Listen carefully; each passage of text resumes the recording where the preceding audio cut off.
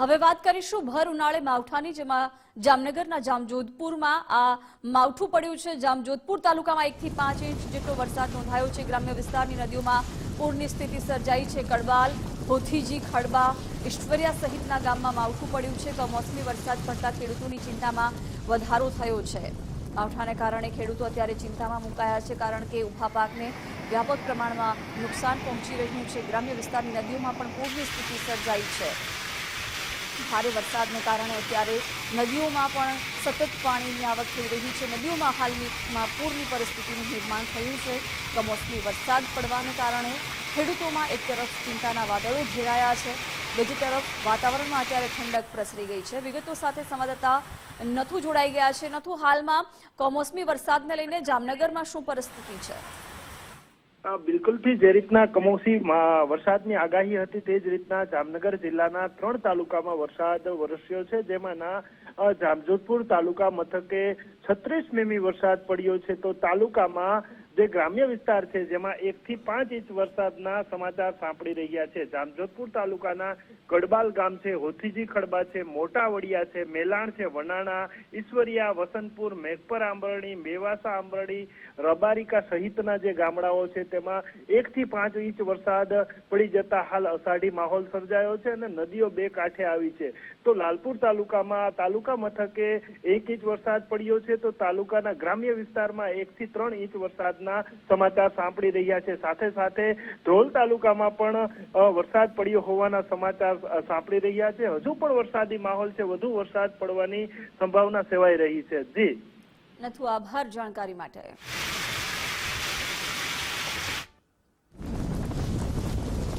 દ્વારકા જિલ્લામાં પણ કમોસમી વરસાદથી અનેક જગ્યાએ પાણી ભરાયા છે। ખંભાળિયાના ભાટથર, કેશોદ સહિતના ગામમાં વરસાદ પડ્યો છે। ભારે વરસાદથી અનેક ખેતરોમાં પણ પાણી ભરાઈ ગયા છે।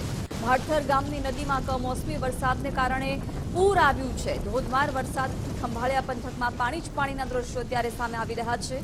અસહ્ય ગરમી બાદ ખાબકેલા માવઠાએ પંથકને ઘમરોળ્યું છે। પશુઓનો ચારો પણ પલળી જતા ખેડૂતોને વ્યાપક નુકસાન થયું છે। તો દ્વારકામાં ચારે તરફ અત્યારે પાણી જ પાણીના દ્રશ્યો દેખાઈ રહ્યા છે। ખેડૂતોના ખેતરોમાં પણ પાણી ભરાઈ ગયા છે। વિગતો સાથે સંવાદદાતા ધર્મેશ ઉપાધ્યાય જોડાઈ ગયા છે। ધર્મેશ, દ્વારકામાં હાલ વરસાદને લઈને શું સ્થિતિ છે? જિજ્ઞાસા, વાત કરવામાં આવે તો દેવભૂમિ દ્વારકા જિલ્લાના કલ્યાણપુર તેમજ ખંભાળિયા તાલુકામાં ભારે પવન સાથે ધોધમાર વરસાદ ખાબકતા ખંભાળિયા તાલુકાના કેશોદ તેમજ આસપાસના વિસ્તારમાં ભારે વરસાદના કારણે ખેડૂતોના ખેતરોમાં પાણી ભરાયા હતા। તો ભાડથર ગામની નદીમાં પણ પાણી વહેતા થયા હતા। આ દ્વારકા જિલ્લામાં અસહ્ય ગરમી બાદ આજે વાતાવરણમાં પલટો આવ્યો હતો, જેને લઈને ખંભાળિયા તેમજ કલ્યાણપુર તાલુકામાં ધોધમાર વરસાદના કારણે ખેડૂતોની ચિંતામાં વધારો થયો હતો। જી જિજ્ઞાસા। જી ધર્મેશ, આભાર જાણકારી માટે। દ્વારકાના અલગ અલગ વિસ્તારોમાં વરસાદ પડ્યો છે, માવઠું પડ્યું છે। કલ્યાણપુરમાં પણ ભારે પવન સાથે વરસાદ નોંધાયો। કમોસમી વરસાદને કારણે વ્યાપક નુકસાન પહોંચ્યું છે ખેડૂતોને। જીવદયા હોસ્પિટલને ચક્રવાતને કારણે નુકસાન થયું છે। ખારેખમ, પતરાના શેડ સહિત વીજપોલ પણ અહીં ધરાશાયી થઈ ગયા છે। તીવ્ર ચક્રવાતને કારણે અબોલ પશુઓના જીવ પણ જોખમમાં આવ્યા હતા। સદનસીબે કોઈ મોટી જાનહાનિ સર્જાઈ નથી। ભારે પવન ફૂંકાયો હતો, જેના કારણે મોટું નુકસાન ચોક્કસથી થયું છે। વીજપોલ ધરાશાયી થયો, ભારેખમ પતરાના શેડ ઉડ્યા હતા, તો સાથે જ જીવદયા હોસ્પિટલને પણ નુકસાન પહોંચ્યું છે, પરંતુ કોઈ જાનહાનિના સમાચાર સદનસીબે નથી। દ્વારકા જિલ્લામાં સતત ત્રીજા દિવસે પણ કમોસમી વરસાદ નોંધાયો। ખંભાળિયા, કલ્યાણપુર, ભાણવડ પંથકમાં તેજ પવન સાથે વરસાદની શરૂઆત થઈ હતી। કલ્યાણપુર તાલુકાના બાકોડી, રાવલ, ટંકારિયા જેવા ગામોમાં તોફાની વરસાદ પડ્યો છે।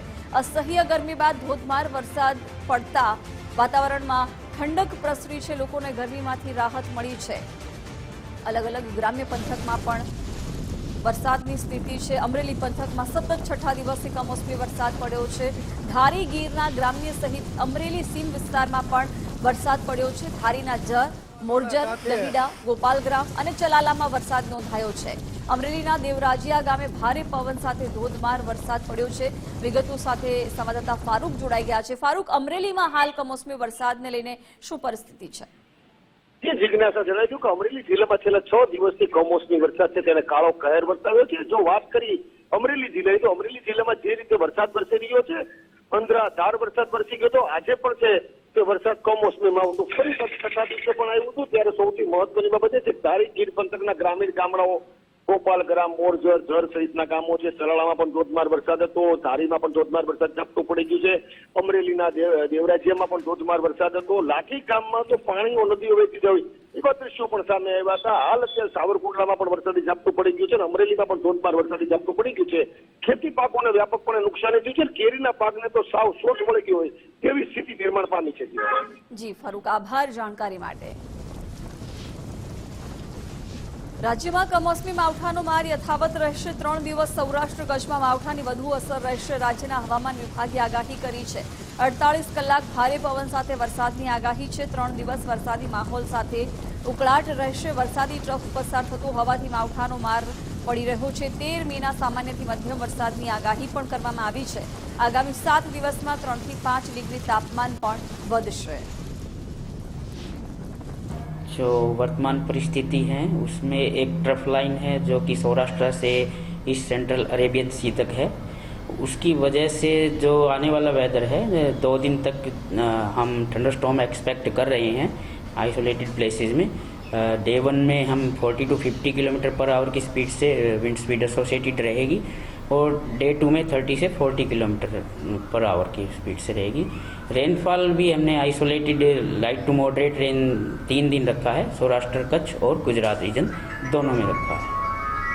तो टेम्परेचर का जहाँ तक सवाल है, मैक्सिमम टेम्परेचर जो अगले आने वाले 7 दिन हैं उसमें वो ग्रेजुअली 3 से 5 डिग्री राई जाने की संभावना है.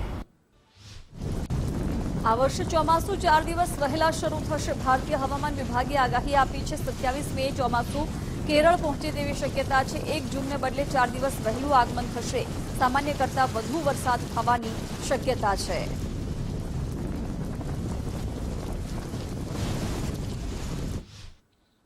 પોરબંદરના રાણાવાવમાં કમોસમી વરસાદ નોંધાયો. કમોસમી વરસાદથી ખેડૂતોની ચિંતામાં વધારો થયો છે.